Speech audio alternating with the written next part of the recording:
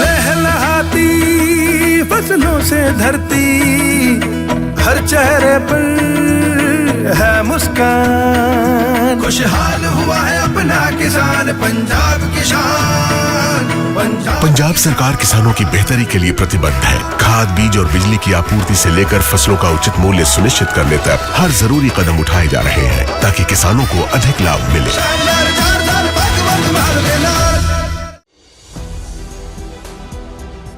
आखिर कैसे ट्रंप के खिलाफ उसी की जनता सड़कों पर उतर आई और क्या अमेरिका के साथ साथ इजरायली जनता ने भी नेतन्याहू के खिलाफ खोल दिया मोर्चा और क्या अमेरिका इजराइल के अलावा दुनिया के बाकी के देशों में भी अब ट्रंप के खिलाफ प्रदर्शन होने लगे हैं। नमस्कार दोस्तों, मैं हूं फिजा और आप देख रहे हैं इस वक्त 4PM न्यूज नेटवर्क। जंग के मैदान में ईरान के हाथों बुरी तरह से मात खाने के बाद अब अमेरिका और इजराइल जीत का झूठा नैरेटिव गढ़ने में नाकाम साबित हो गए हैं। यही कारण है कि दोनों देशों की जनता अब अपने लीडर के खिलाफ सड़कों पर उतर आई है। एक तरफ जहां पूरे अमेरिका में नो किंग्स के नारे के साथ वहां की जनता ने अपने राष्ट्रपति डोनाल्ड ट्रंप के खिलाफ मोर्चा खोल दिया है, तो वहीं इजराइल की जनता का भी नेतन्याहू के खिलाफ गुस्सा फूट पड़ा है। और ये प्रदर्शन सिर्फ अमेरिका और इजराइल तक ही सीमित नहीं रहा, बल्कि इस विरोध प्रदर्शन की चिंगारी यूरोप से लेकर ऑस्ट्रेलिया तक फैलती दिखाई दे रही है। इसके साथ ही ईरान ने अमेरिका को 12 बजे तक का अल्टीमेटम दे दिया है, जिसके बाद ट्रंप की टेंशन और बढ़ गई है। तो कैसे ईरान पर हमला करके ट्रंप और नेतन्याहू ने अपने पैर पर कुल्हाड़ी मार ली है, बताएंगे आपको अपनी इस रिपोर्ट में। दोस्तों, आज से करीब 1 महीने पहले जब अमेरिका और इजराइल ने ईरान पर हमला बोला था, तो इस वक्त किसी को उम्मीद नहीं थी कि ईरान अमेरिका और इजराइल को घुटने पर ला देगा और ना ही किसी ने यह सोचा था कि जंग इतनी लंबी चलेगी कि पूरी दुनिया पर इसका ऐसा असर पड़ेगा। जो ट्रंप और नेतन्याहू ईरान को दुनिया के नक्शे से मिटाने चले थे, आज उनकी हालात ये हो गए हैं कि आज उन्हीं के देश की जनता उनके खिलाफ सड़कों पर उतर गई है। यकीन नहीं आता तो आप इन तस्वीरों पर नजर डालिए। ये नजारे हैं अमेरिका के, जहां की जनता सड़कों पर उतरी और डोनाल्ड ट्रंप के खिलाफ ऐसा प्रदर्शन किया जिसे देखकर अच्छे से अच्छों के पसीने छूट जाएंगे। No kings. And one reason we really don't need no kings is because no kings. And one reason we really don't need no kings is because दोस्तों, वॉशिंगटन डीसी में सैकड़ों लोग लिंकन मेमोरियल के पास से नेशनल मॉल तक मार्च करते हुए गए। उन्होंने तख्तियां उठाई थी जिन पर लिखा था ट्रंप मस्ट गो नाउ। लोग घंटियां बजा रहे थे, ड्रम बजा रहे थे और नो किंग के नारे लगा रहे थे। इन प्रदर्शनों में कुछ लोगों ने अमेरिका के झंडे उल्टे पकड़े हुए थे, जो ऐतिहासिक रूप से संकट का संकेत माना जाता है। एपी की रिपोर्ट के अनुसार नो किंग नाम के विरोध प्रदर्शन के आयोजकों ने कहा कि यह प्रदर्शन इतिहास के सबसे बड़े विरोधों में से एक हो सकता है।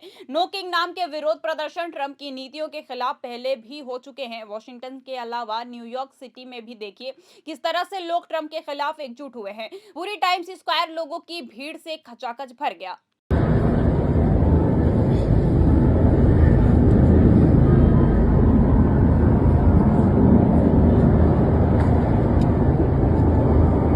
अब देखिए, ये नज़ारा सिर्फ वॉशिंगटन डीसी और न्यूयॉर्क तक ही सीमित नहीं रहा, बल्कि शिकागो, फिलाडेल्फिया, बॉस्टन और सैन डिएगो जैसे शहरों में भी लाखों की तादाद में भीड़ सड़कों पर उतरी और जोरदार प्रदर्शन किया।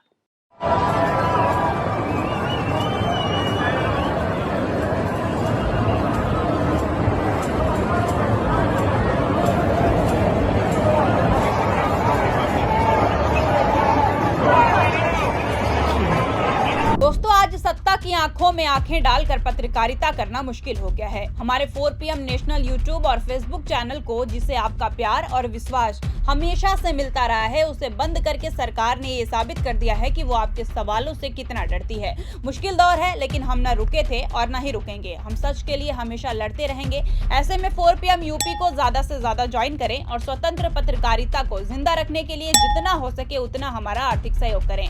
आपके सहयोग से ये जंग हम जीत कर रहेंगे। अब एक तरफ जहां अमेरिका में ट्रंप के खिलाफ प्रदर्शन हुए, तो वहीं ईरान के हमलों में तहस नहस हो चुके इजराइल के लोगों का अपनी सरकार के खिलाफ गुस्सा भी फूट पड़ा है। जंग के खिलाफ इजराइल में जबरदस्त प्रदर्शन देखने को मिला, जहां लोग सीज फायर करने की मांग उठाते हुए दिखाई दे रहे हैं। आप भी देखिए।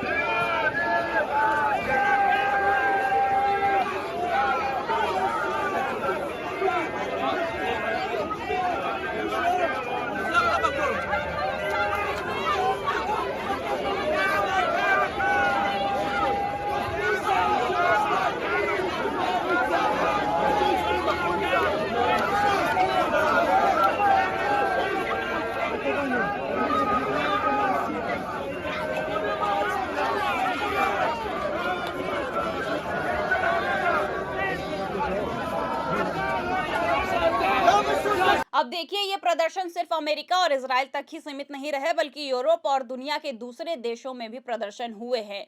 रोम, पेरिस, बर्लिन, मैड्रिड, सिडनी से भी विरोध प्रदर्शन की तस्वीरें देखने को मिली है। इटली के रोम में हजारों लोग सड़कों पर उतरे हैं। वो प्रधानमंत्री जॉर्जिया मेलोनी के खिलाफ नारे लगा रहे थे। लंदन में भी ईरान युद्ध के खिलाफ प्रदर्शनकारियों ने फार राइट को रोको और नस्लवाद का विरोध करने वाले बैनर लगाए हैं।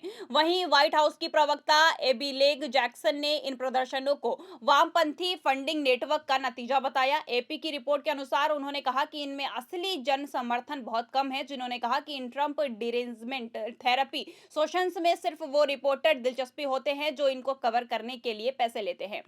राष्ट्रीय रिपब्लिकन कांग्रेस कमेटी ने भी कड़ी आलोचना की। प्रवक्ता मॉरीन ओटूल ने कहा कि ये हेट अमेरिका रैलियां हैं जहां वामपंथ के सबसे हिंसक और विकृत सपने माइक पर आते हैं। अब देखिए, एक तरफ जहां दुनिया भर के लोग अमेरिका और इजराइल पर युद्ध रोकने का दबाव बना रहे हैं, तो वहीं ईरान पीछे हटने का नाम ही नहीं ले रहा है। ईरान ने अमेरिका और इजराइल को अब ऐसी धमकी दे दी है कि ट्रंप और नेतन्याहू की रूह कांप जाए। दरअसल हाल ही में तेहरान स्थित Iran university of science and technology पर हमला किया गया था। अब ईरान के इस्लामिक रिवॉल्यूशनरी गार्ड कॉन्स यानी कि IRGC ने इस हमले पर बदला लेने की धमकी दी है। IRGC ने अपने एक बयान जारी करते हुए सीधे तौर पर व्हाइट हाउस को चेतावनी दे दी है। सेना ने कहा कि ईरानी विश्वविद्यालयों पर हमला का बदला अमेरिका और इजराइल के शिक्षण संस्थान पर हमला करके ही लिया जाएगा।